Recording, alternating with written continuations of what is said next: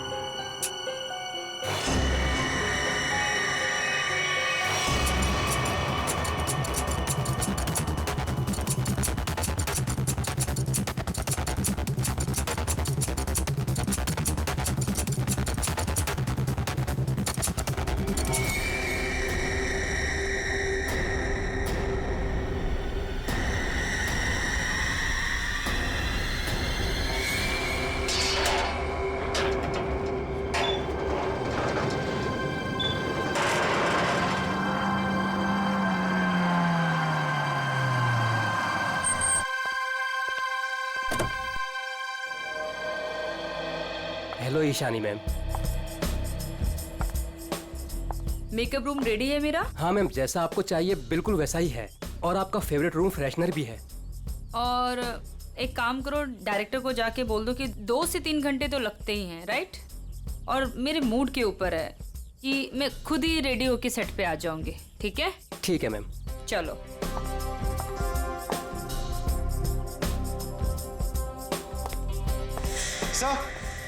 Sir, Ishani madam आ गए हैं। आ गई? बीबू जी, देख महारानी के तैयार होते ही आज का पूरा शॉट उसको अच्छे से समझा देना। जी सर। ठीक है, मैं उसके नखरे नहीं झेल सकता। Yes sir. सर, अगर उसने मुझे थप्पड़ मार दिया तो खा लेना एक थप्पड़। स्पॉट सुन, ईशानी मैम का जूस और लो कैलोरी दही जल्दी से लाना, नहीं तो वो शूट कैंसिल कर देगी।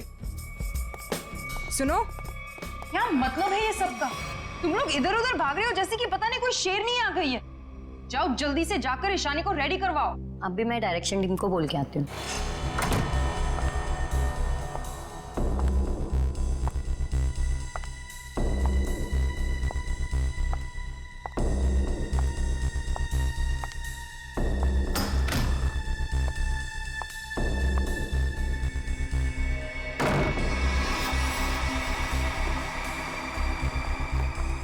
सर, माना कि ईशानी बहुत बड़ी स्टार है, लेकिन हम भी उसके नौकर नहीं है। वही तो, सुबह के 9 बजे से हम रेडी होकर वेट कर रहे हैं और वो अभी तक नहीं आई। इतना वक्त हो गया, 3-4 बार टचअप हो चुका है। तो क्या करूं यार, एक तो विराट सर ने इस नकचड़ी को 1 साल का कॉन्ट्रैक्ट साइन करवा के मेरे सर पे दर्द करके रखा है, और ऊपर से तुम लोग मेरे सर पर चढ़ रहे हो। प्लीज ट्राई टू कोऑपरेट यार। Cooperate my foot. मैं ईशानी के नखरे और बर्दाश्त नहीं कर सकती हूँ। मैं जा रही हूँ यहाँ से। मैं विराट सर के चेक्स वापस कर दूंगी, लेकिन मैं ऐसे काम नहीं कर सकती हूँ। बाय। अरे मैडम रुके। अरे सर, आप ही रोके समायरा जी को। अगर आज शूट नहीं हुआ ना तो विराट सर सबकी छुट्टी कर देंगे सर। जाने दे उसको, एक ईशानी 100 सुमेरा के बराबर है।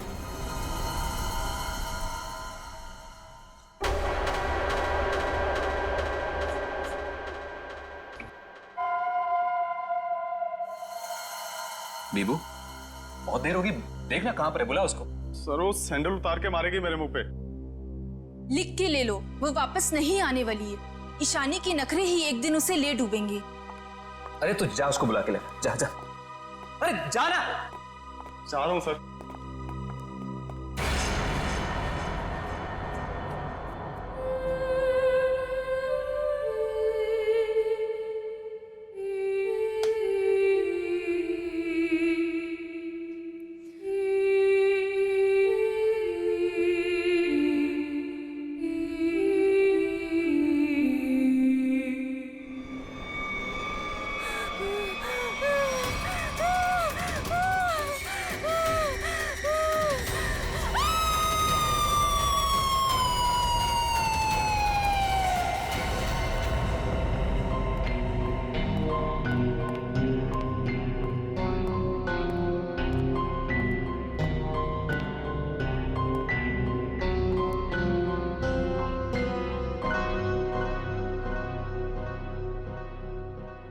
मैम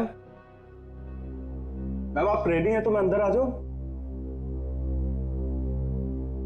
मैडम भाग जा यहाँ से, वरना तेरा पैर तोड़ दूंगी।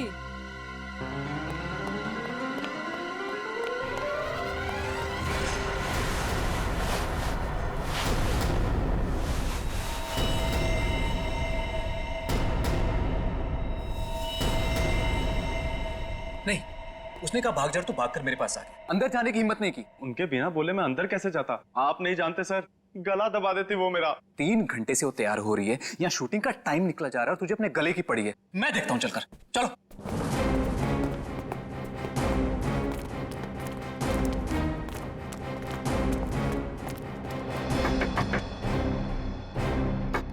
ईशानी। सर प्लीज, मैम गुस्से में लगती है, शूट छोड़कर चली जाएंगी।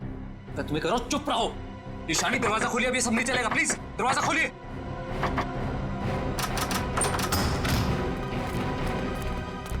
अरे मैम ये हेड क्यों पहनी आपने? ये तो ब्रीफिंग में है ही नहीं। मैम ऐसे बैठे क्यों हैं?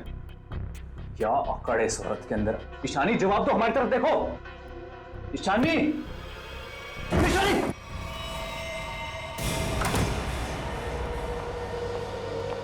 कभी काम नहीं करूंगी मैं उस नकचढ़ ईशानी के साथ। मैं भी किसी से कम नहीं हूँ। अरे इतना टेंशन क्यों ले रही हो तुम देखना, मैं तुम्हें इससे बड़ा काम दिलाऊंगा। मैं अभी मम्मी को फोन करके बता देती हूँ कि आज मैं लेट आऊंगी। ठीक है, तुम मम्मी को फोन कर लो, हम तुम्हारा अंदर इंतजार करते हैं। ठीक है, मैं अभी आती हूँ। ठीक है।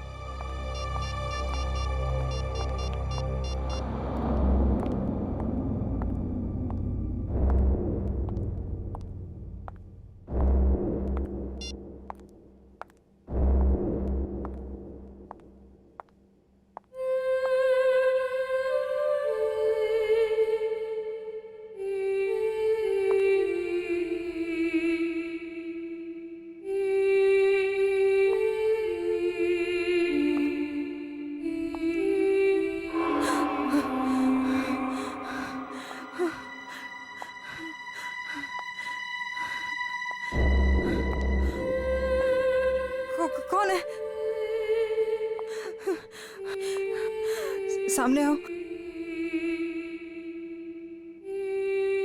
ये है? ये यहाँ कैसे?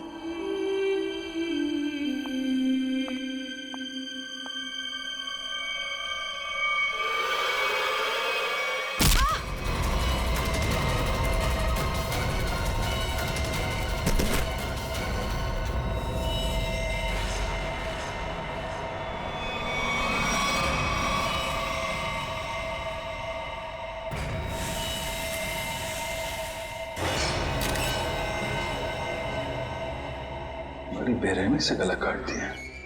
हाँ सर, ये अजीबोगरीब मेकअप और ये लाल रंग की हैट भी रखी। मारने के बाद इतना मेकअप करता है कातिल, ये लाल रंग का हैट, बड़ा अजीब केस है ये। सर ये मेकअप और सारा कुछ उस कातिल ने ही किया है। अच्छा, आखिरी बार कौन आया था ईशानी से मिलने? मैं गया था सर वहां पे, लेकिन उन्होंने अंदर से ही बोल दिया कि भाग जाओ वरना तुम्हारी टांगे तोड़ देंगे। टांगे तोड़ दूंगी? क्यों? सर एक्चुअली ईशानी अपनी मर्जी की मालकिन थी और वो अपनी मर्जी से ही शूटिंग पर आती थी। अगर गलती से भी उसको किसी ने कुछ बोल दिया तो कभी भी शूटिंग छोड़कर चली जाती थी। सर इसका मतलब काफी लोग होंगे जो ईशानी को नापसंद करते होंगे। ईशानी? क्या हो गया ईशानी को? किसने किया ये सब?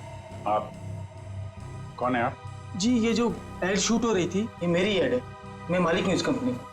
ठीक है, इधर आइए थोड़ा। अच्छा बीबू, तुम वापस कितनी देर बाद आए थे प्रीतम और लोगों के साथ? सिर्फ कुछ सेकंड्स में, अगर कहें ज्यादा से ज्यादा बस 1 मिनट। 1 मिनट में? 1 मिनट में इतना सब कुछ किया? सर। सर 1 सेकेंड, यहाँ पे एक फिंगरप्रिंट मिला है और बाकी सब कपड़े ठीक है, मगर बस ये तो देखिए सर, ऐसा लग रहा है किसी ने कैंची से काटा है सर।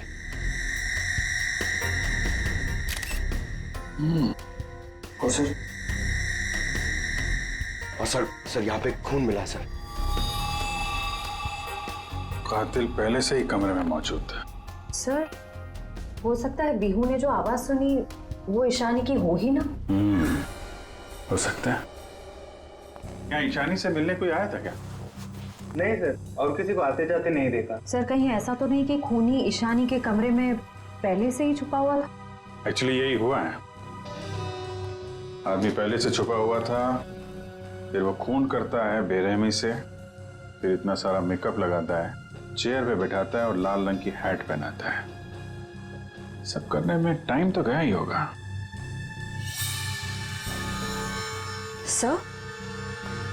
सर ये देखिए, ईशानी का टॉप भी कटा हुआ है। इसे भी काटा गया है? उधर भी कपड़े कटे हैं, इसका टॉप कटा है। लगता है ये जानबूझ के किया गया है।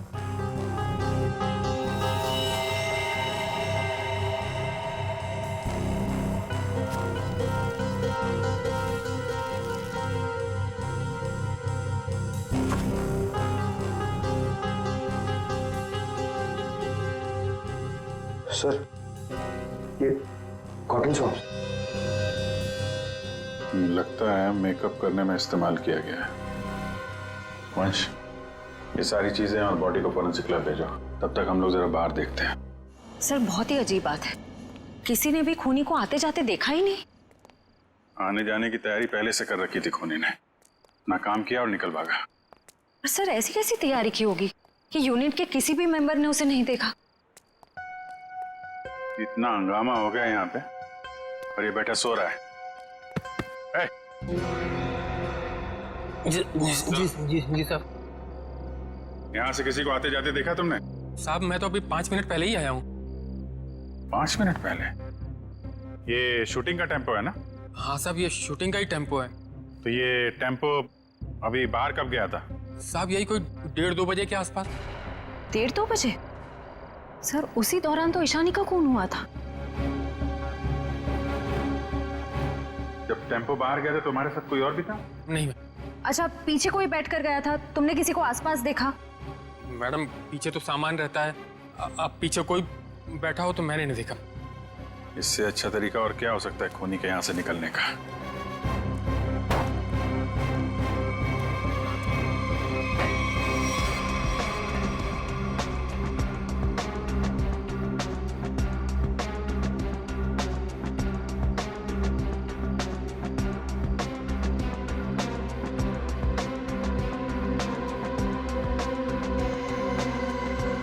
पीओपी का टुकड़ा? ये यहाँ क्या कर रहा है? शूटिंग में तो कहीं भी धूल मिट्टी थी नहीं। ये मिट्टी का टुकड़ा कहाँ से आया? साहब इसमें तो प्रॉपर्टी का सामान रहता है। प्रॉपर्टी के सामान और उसमें पीओपी का टुकड़ा, मतलब कोई और था यहाँ पे।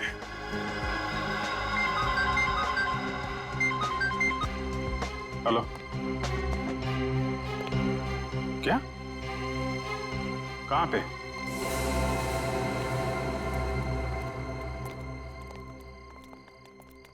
आपने फोन किया था? जी सर, मैं मानिक हूँ, इस दुकान का मालिक। ये मेरे वॉचमैन ने फोन किया था आपको। ये देखिए ना सर, यहाँ लाश है। दुकान खोलो जा।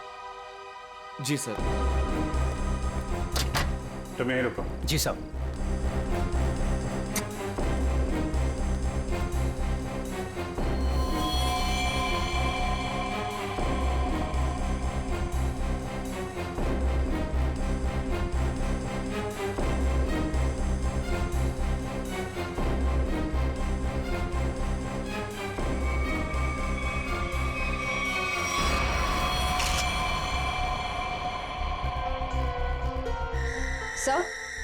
सर इसे भी बिल्कुल ईशानी की तरह मारा गया है। ये देखिए, किसी पतली धार वाली चीज से इसका गला काटा गया है।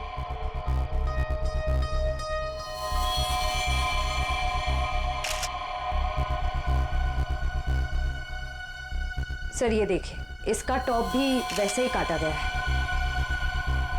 इसका मेकअप निकालो, देखो कौन है ये। Yes sir. ये लाश दुकान में आई कैसे?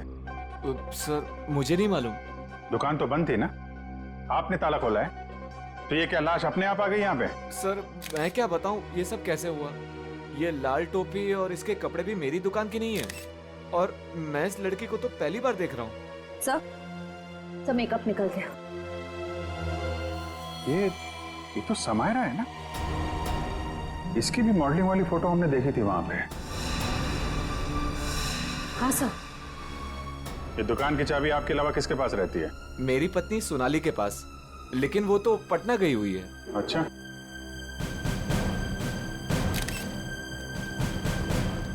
तुम्हारी ड्यूटी में एक आदमी यहाँ पे खून करता है, उसकी लाश को यहाँ दुकान में रख दिया। क्या कर रहे थे तुम? कुछ देखा नहीं तुमने? देखा ना साहब, पर वो खूनी है ये कैसे पता चलता? हाँ? कैसा था वो? था नहीं साहब, थी। वो एक औरत थी, उसे मैंने जाते हुए पीछे से देखा था। उसने लाल रंग का कोट पहन रखा था, उसके बाल लंबे थे और उसने सर पे एक लाल टोपी पहन रखी थी। और हाँ साहब, उसने डस्टबिन में कुछ डाला था। मतलब सर, खूनी एक औरत है? कहाँ है वो डस्टबिन जिसमें उसने कुछ डाला था? वो वहां।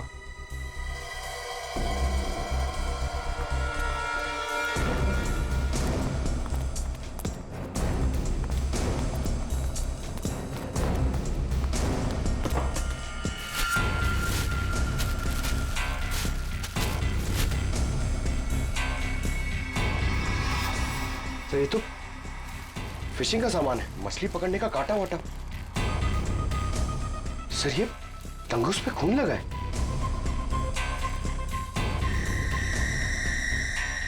ओह, लगता है इसी का इस्तेमाल किया गया है खून करने में।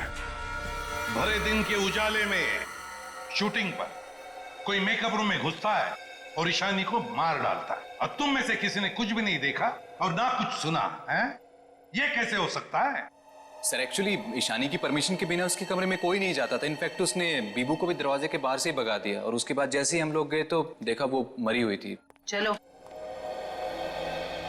सर ये कास्टिंग डायरेक्टर है कीकू। लेकिन सर मुझे यहाँ क्यों लाया गया है? मैंने समायरा और ईशानी का गला थोड़ी काटा है। चुप! तुम ही वो कास्टिंग डायरेक्टर हो ना, जो ईशानी और समायरा को जानते हो उनके मॉडलिंग की शुरुआत के दिनों से? जी सर। और विराज की शूटिंग पर तुमने ही भेजा था ना उन दोनों? हाँ सर। मतलब तुम अच्छी तरह से जानते थे कि वो कब और कहां मिलेंगी? देखिए सर, गलती हो गई, अब मैं किसी को कहीं नहीं भेजूंगा। दरअसल 5 साल पहले ही मैंने वो काम छोड़ दिया था। 5 साल पहले काम छोड़ चुके? कुछ लड़कियों ने मेरे खिलाफ केस कर दिया था, उस वजह से मेरा ऑफिस भी बंद हो गया। तो फिर कल तुमने ईशानी और समायरा को विराज के शूट पे कैसे भेजा? दरअसल दोस्ती दोस्ती में विराज के शूट पर उनको भेज दिया था सर, लेकिन इन सब से मेरा कोई लेना देना नहीं है सर।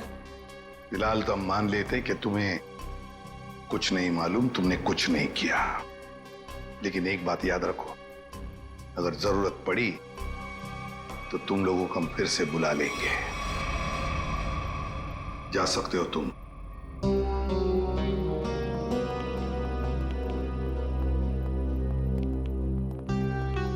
इन तीनों पे कड़ी नजर रखनी पड़ेगी। देखो वो कहां कहां जाते हैं, किस किस से मिलते हैं, क्या क्या करते हैं। सर लेकिन खूनी तो एक लड़की है ना? हाँ, खूनी तो लड़की है, लेकिन खून करने में किसी लड़के का भी तो इस्तेमाल हो सकता है। समायरा और ईशानी दोनों मॉडल्स थी, मॉडल। लाल टोपी, मारने के बाद सफेद रंग का अजीब मेकअप, मारने के लिए फिशिंग का सामान, और फिर उन दोनों खून में सब कुछ बिल्कुल एक जैसा। तो एक बात समझ में नहीं आई कि खूनी ने ये मछली पकड़ने का सामान क्यों इस्तेमाल किया खून करने के लिए? सर बहुत ही अजीब है ये खूनी, और एक ही दिन में 2 मॉडल्स को मार डाला इसने। पता लगाना पड़ेगा कि समायरा और ईशानी दोनों मॉडलिंग के अलावा और कुछ करते थे, या मॉडलिंग करने से पहले क्या करती थी। कहीं दोनों के बीच में कोई संबंध तो नहीं था, पता लगाना पड़ेगा।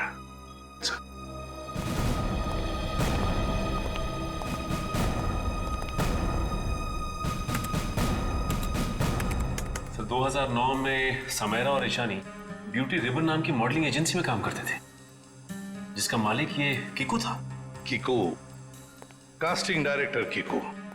इस कीकू के बंद पड़े ऑफिस में जाना पड़ेगा, देखना होगा शायद इसके बाकी मॉडल्स की भी जान को खतरा हो।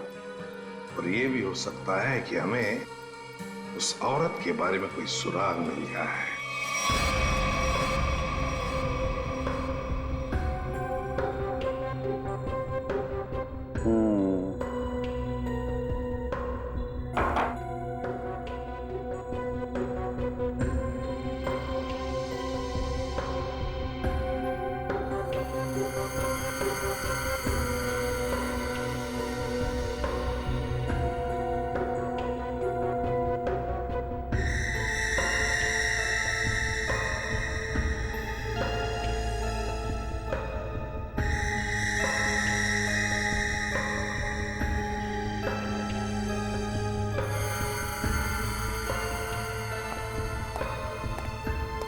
सर हमारा शक बिल्कुल सही निकला। खून करने के लिए इस्तेमाल किया गया ये हथियार एक खास तरह का फिशिंग किट ही है। सर आप सुन रहे हैं मैं क्या कह रही हूँ? हाँ सुना तारिका, लेकिन मैं फिलहाल किसी और काम में हूँ। क्या? खूनी का कद नापने में। अरे वाह सालुंखे, खूनी के कद का पता लगा लिया तूने? हाँ बस एक मिनट से नहीं, ये दोनों के गर्दन का ये घाव देखो बस। ये घाव का निशान ऊपर की तरफ बना हुआ है, ना तो सीधा है ना नीचे की तरफ। मतलब खूनी ने तार से इन्हें ऊपर की तरफ खींचा। इसका मतलब साफ है, खूनी की ऊंचाई इन दोनों से ज्यादा थी। मतलब सर वो खूनी औरत इन दोनों से लंबी है? बिल्कुल पंकज, और लगभग 5 फीट 7 इंच थी। ये मेरी ट्रिग्नोमेट्रिक कैलकुलेशन मुझे बताती है, इंक्लूडिंग वो जो सैंडल उसने पहने हुए थे उनके। एक बार हाथ में आ जाए ना तो ऊंचाई भी नाप लेंगे। 5 फुट 7 इंच की लड़की जिसके लंबे और सीधे बाल हैं। और सर या तो उसे फिशिंग करने का, मछली पकड़ने का शौक था, या तो फिर किसी खास मकसद से उसने ये सामान, ये फिशिंग किट का इस्तेमाल किया होगा।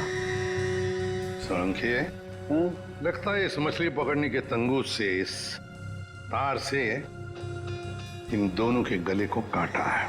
बिल्कुल बस। डॉक्टर साहब, जो प्लास्टर ऑफ पेरिस जैसी मिट्टी मिली थी हमें, उससे कुछ पता चला क्या? हाँ पता चला सचिन। बॉस वो सामान मूर्ति बनाने के काम में आता है। मूर्ति बनाने का?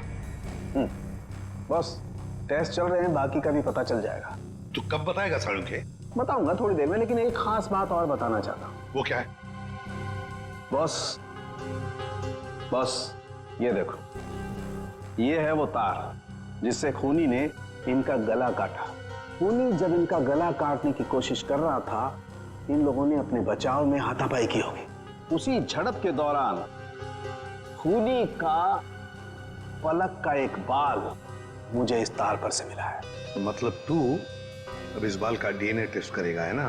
करना ही पड़ेगा। एक खूनी लड़की जिसका कद 5 फुट 7 इंच है, जिसके सीधे और लंबे बाल है, जिसे मछली पकड़ने का शौक है और शायद मूर्तियां बनाने का भी। बस इतना भी काफी है हमारे लिए, इस लड़की को ढूंढने के लिए। मछली पकड़ने का खास सामान लेके चलती है तो समंदर के किसी किनारे में कुछ तो पता चलेगा ही उसके बारे में। पर सर हमें सिर्फ उसकी ऊंचाई, उसके काले सीधे बाल और उस टोपी के बारे में पता है। सिर्फ इतनी इंफॉर्मेशन के बलबूते पर उस तक पहुंचना थोड़ा मुश्किल लगता है सर। कोशिश तो करनी पड़ेगी श्रेया, अपने आप तो चल के आएगी नहीं हमारे पास, है? हाँ वंश, इन्हें बता दिया ना हमें किस लड़की की तलाश है? जी सर। हाँ तो क्या जानते हैं उस लड़की के बारे में आप? साहब आप लोग ऐसी औरत के बारे में जानना चाहते हैं ना जो मछली पकड़ने के लिए बोट का इस्तेमाल करती है? बिल्कुल। ऐसी तो बहुत औरतें आती है हमारे यहाँ पर। देखिए जिस लड़की की हमें तलाश है वो लंबी लड़की है, 5 फुट 7 इंच की होगी, लंबे बाल हैं, सीधे बाल हैं। और उसकी उम्र तकरीबन 25 से 30 साल के बीच में। लंबे बाल, 25 से 30 साल की उम्र, ऐसी 2-3 लड़की आती है हमारे यहाँ पर। हमें उनके नाम और पते चाहिए। आप जब वोट देते हैं तो नाम पते तो लिखते होंगे ना? जी साहब।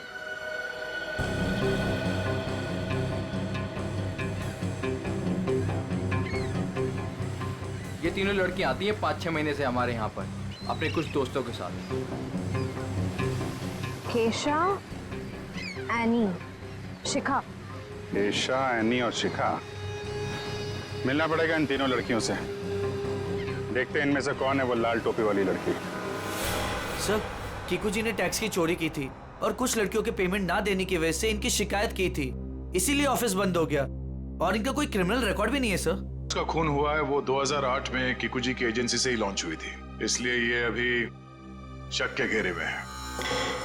विराज, तुम ये बताओ कि तुमने तो किकुजी के साथ और उन मॉडल्स के साथ काम किया था, तो तुम्हें कभी लगा कि वो मॉडल्स किसी मुसीबत में है या फिर किकुजी के काम में कोई गड़बड़ है? मैं ईशानी और समायरा के साथ पहली बार काम कर रहा था, और जहाँ तक किकुजी की बात है तो पैसों के लेन देन में धांधली के अलावा इनमें दूसरी कोई कमी नहीं है। सर, इन तीनों मॉडल्स के कद, रंग और बाल खूनी से कुछ हद तक मिलते जुलते हैं। एक काम करो, इन सबसे पूछताछ करो कि मॉडलिंग के अलावा ये लोग क्या काम करते हैं, क्योंकि इंफॉर्मेशन ये है कि आजकल इनमें से कहीं मॉडलिंग नहीं करती।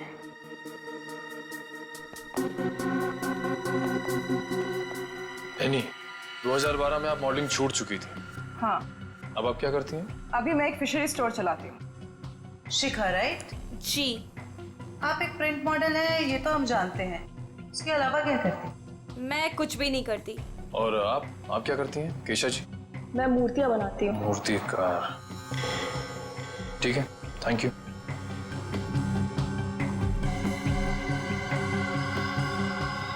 तो बिल्कुल खूनी की प्रोफाइल जैसा है। कंपनी का नाम रेड इंक। मेरा शक सही है, इस एजेंसी के मॉडल्स का ही कुछ राज है। सर, एनी, केशा और डॉली, उन तीनों की प्रोफाइल्स कुछ उन्हीं से मिलते जुलते हैं। सर, इनका संबंध मूर्तियां बनाने और फिशिंग से भी है। तो इनका प्रोफाइल पेशा दोनों शक के दायरे में है। एक काम करो, इन तीनों को ब्यूरो लेके चलो। सर, खूनी की लड़की ने जिस तरह के कपड़े पहने थे उस तरह के कपड़े आ गए सर। Very good. पंकज, इन तीनों के नंबर्स हैं ना हमारे पास? Yes sir. सेलफोन नंबर्स जरा ट्रेस करो, देखो जब उन दोनों लड़कियों के खून हुए तब ये तीनों कहां थी। Yes sir. जयंती सर, ले जाओ इन्हें। जी। आप तीनों मेरे साथ आइए। कहाँ? अभी बताती हूँ, आओ।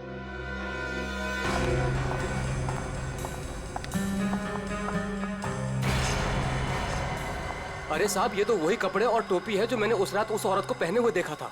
तो फिर आप जरा ध्यान से देखो इसे। क्या ये वही लड़की है, वही औरत है जो उस रात खून कर रही थी? सर, मैंने उस औरत का चेहरा सामने से नहीं देखा था, उसे जाते हुए मैंने पीछे से देखा था। जाते हुए देखा? जी सर। ठीक है। केशा, जरा वहां तक चल के दिखाओ। सर, ये कैसी जांच है आपकी? जितना कहा है उतना ही करो।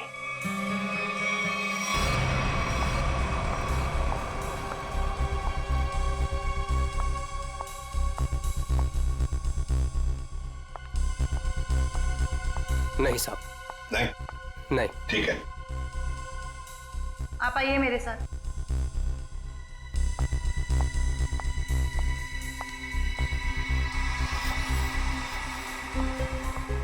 रुको, वहां तक वॉक करके आओ।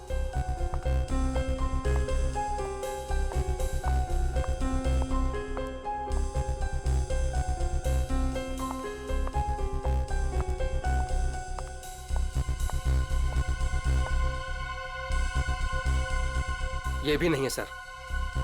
आइए।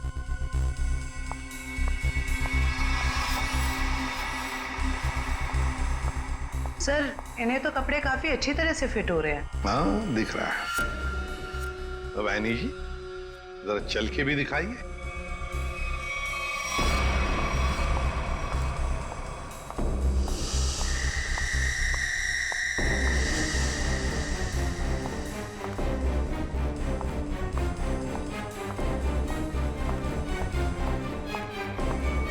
यही है सर, बिल्कुल यही है सर। क्या बक रहे हो?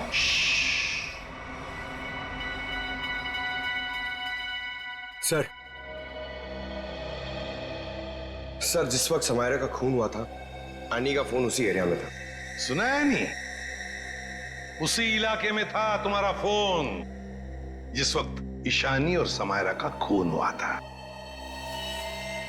तुम जा सकते हो। और मैं? आपको तो रुकना ही पड़ेगा। सर, मैं क्यों नहीं जा सकती? वो इसलिए कि खूनी की चाल और तुम्हारी चाल बिल्कुल वही है।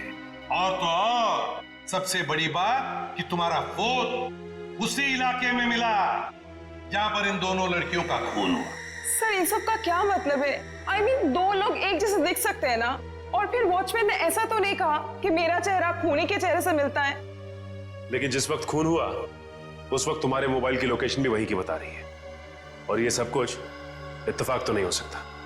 सर उस वक्त सैकड़ों लोग उस एरिया में थे, तो क्या सब खूनी है? बस बस, बहुत बोल दिया। बताओ क्यों किया खून ईशानी और समायरा का? सर आप मुझ पे दो दो खून का आरोप लगा रहे हो, मैंने कुछ नहीं किया ऐसा। अभी तो सिर्फ आरोप लगाया है, सजा मिलनी तो अभी बाकी है। सजा? जी सजा, खून की सजा फांसी। सर मैंने कुछ नहीं किया ऐसा, मैं बताती हूँ सर। बताओ। पर मेरी एक शर्त है। ये लो, इनकी एक शर्त भी है। चलो बताओ क्या शर्त है? सर मुझे 50 लाख रुपए चाहिए। 50 लाख रुपये?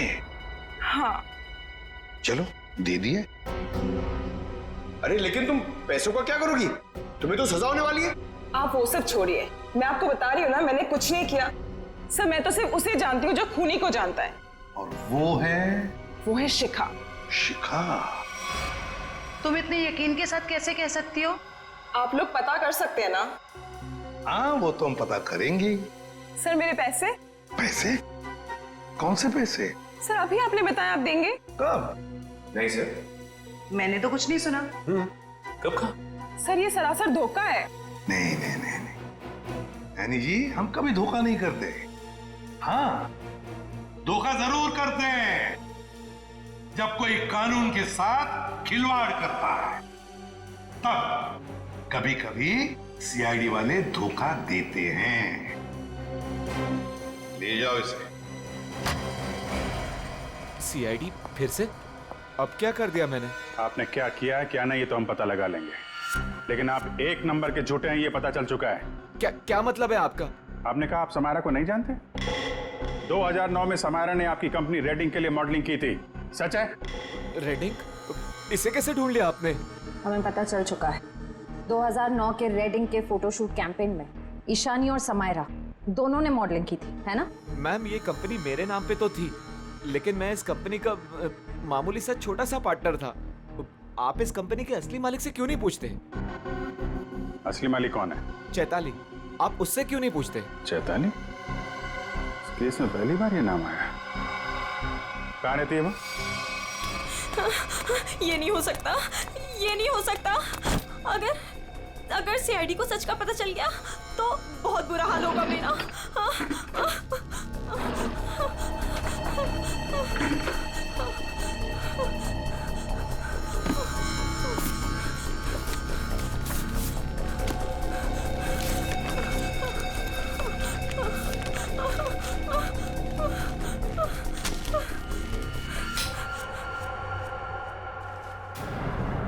कौन है? ये लाइट क्यों बंद कर दी? ये लाइट्स किसने ऑफ की?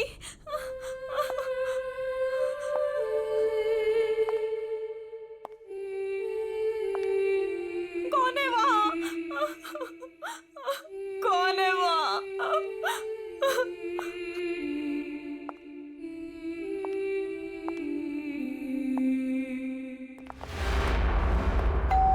ये शिखा सच्चाई बता क्यों नहीं देती? सर पहले कुछ सच बता देती तो किसी की जान ही बच सकती थी।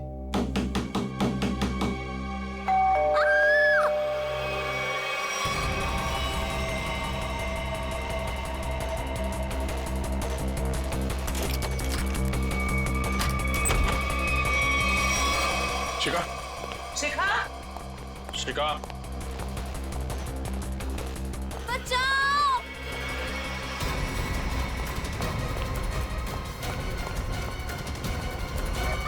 शिखा, शिखा,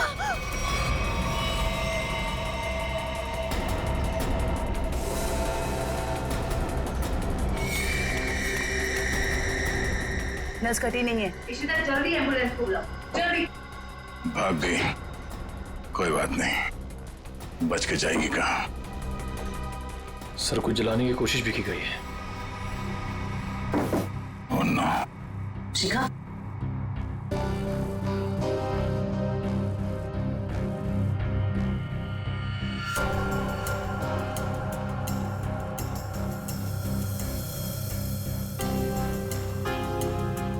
इतना लंबा बाल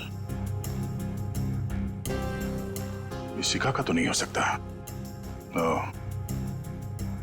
तो भागते भागते बाल छोड़ गई। देखते हैं कहां तक भागती है ये। आइए सर।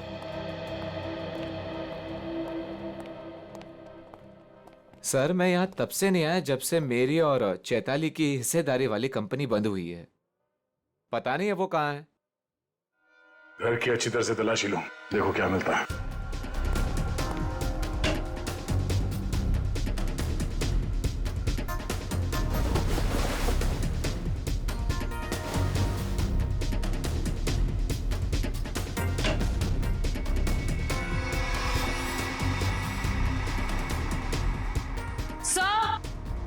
आ जाओ दी।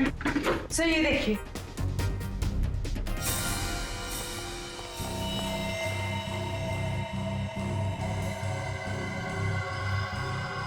ये तो उस खूनी का पहना हुआ है। सर इस बंद पड़े घर में यहाँ कैसे आ गया? चल निकालो इसे बाहर।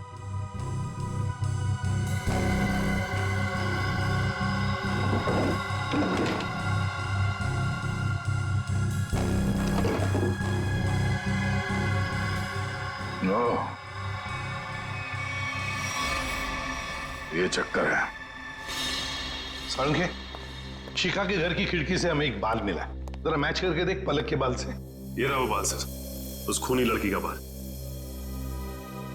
बॉस, ये बाल हमारे किसी काम का नहीं है, बेकार सबूत है। क्या मतलब? मतलब ये बॉस के खूनी के पलक का डीएनए रिपोर्ट आ चुका है। तो खूनी कोई लड़की नहीं है, खूनी एक आदमी है। एक आदमी है जिसकी उम्र 40 से 45 साल। ये टोपी, लंबे बाल, सैंडल, ये सब धोखा है। तो मतलब खूनी कोई लड़की नहीं, बल्कि लड़की की भेष में आदमी है। ऐसा क्यों किया उसने? लड़की के भेष में क्यों? खून करने के और भी आसान तरीके थे उसके पास। लगता है ये खूनी कोई सरफिरा है। खूनी कोई सरफिरा नहीं, शैतान दिमाग का आदमी है ये, शैतान दिमाग का। सोच समझ के सब कुछ कर रहा है ये। एक काम करते हैं, जितने भी लोगों पर शक है ना, सबको यहां बुला लो, सबका डीएनए टेस्ट करते हैं। आप बताते क्यों नहीं कि हम सब लोगों को यहाँ पर क्यों लेकर आए हैं? ऐसी जगह लाए कि हमारा कोई टेस्ट होने वाला है। और आप लोगों को हम सब पे शक है कि हमने खून किया है। लगता है हम सब बिना जुर्म के सजा भुगतने वाले हैं। बस बहुत हो गया। खूनी को ढूंढने का हमारे पास यही एक रास्ता है। और वैसे खूनी का बहुत ही खास सुराग मिला है हमें। डॉक्टर साहब बिल्कुल ठीक है। दरअसल क्या है, खूनी चाहे कितना भी होशियार हो, कितना भी चालबाज हो, कोई ना कोई क्लू हम लोगों के लिए छोड़ जाता है। और इस बार भी खूनी एक क्लू छोड़ गया है, और वो क्लू है पलक का एक बाल। देखिए, मैं ऑडिशंस लेता हूँ, लड़कियां सजती हैं, संवरती हैं, अपनी पलकों को भी सजाती हैं, तो इन सब से हमारा क्या लेना देना? तुम्हें बड़ा यकीन है कि खूनी एक लड़की ही है? सबको मालूम है कि लंबे बालों वाली लड़की सबको मारती फिर रही है और आप। लेकिन हमें जांच तो पूरी करनी पड़ेगी ना। सर हमें करना क्या पड़ेगा सर? ज्यादा कुछ नहीं, आप में से हर किसी को अपने पलक का एक बाल देना होगा, और जिसका डीएनए हम उस खूनी के डीएनए से मैच करके देखेंगे। और वैसे भी जब आप लोगों ने कुछ किया ही नहीं है तो डरने की तो कोई बात ही नहीं है। जयवंती, देखिए आ जाओ। चलो जाओ।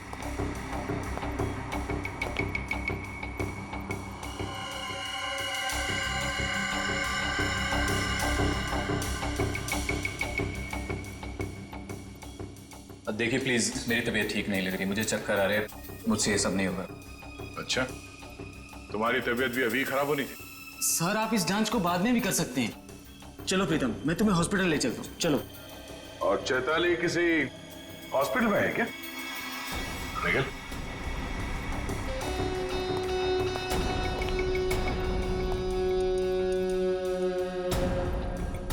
सही कह रहा हूं ना मैं? मिस्टर विराज या फिर चैताली का पति कहना बेहतर होगा।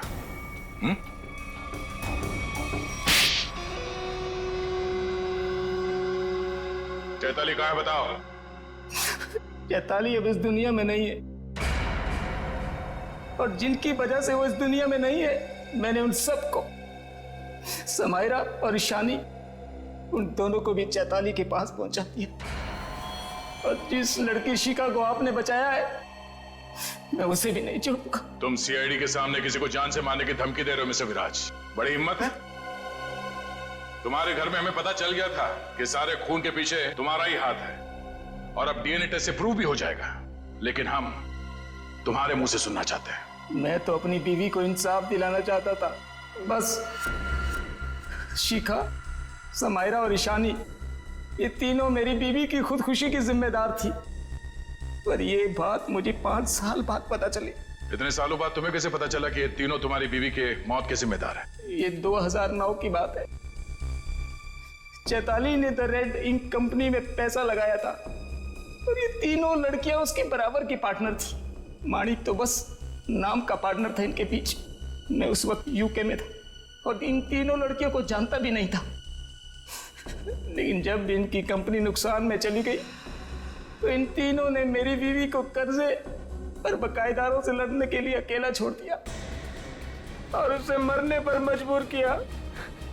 और जब तक मैं उसके पास पहुंचता, उसने फांसी लगाकर खुदकुशी कर ली। मैंने एक औरत का वेश बनाया और अपना बदला लेना शुरू किया, ताकि आप लोग ये सोचते रह जाएं कि खूनी एक औरत थी। शिखा के घर जो जलाया था वो एक सबूत था, उसको मुझ पे शक हो गया था।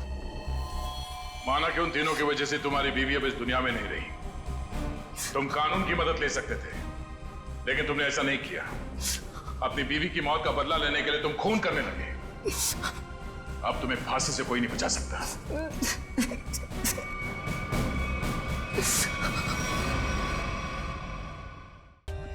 For more updates, subscribe to our channel, click the show links and enjoy watching the videos.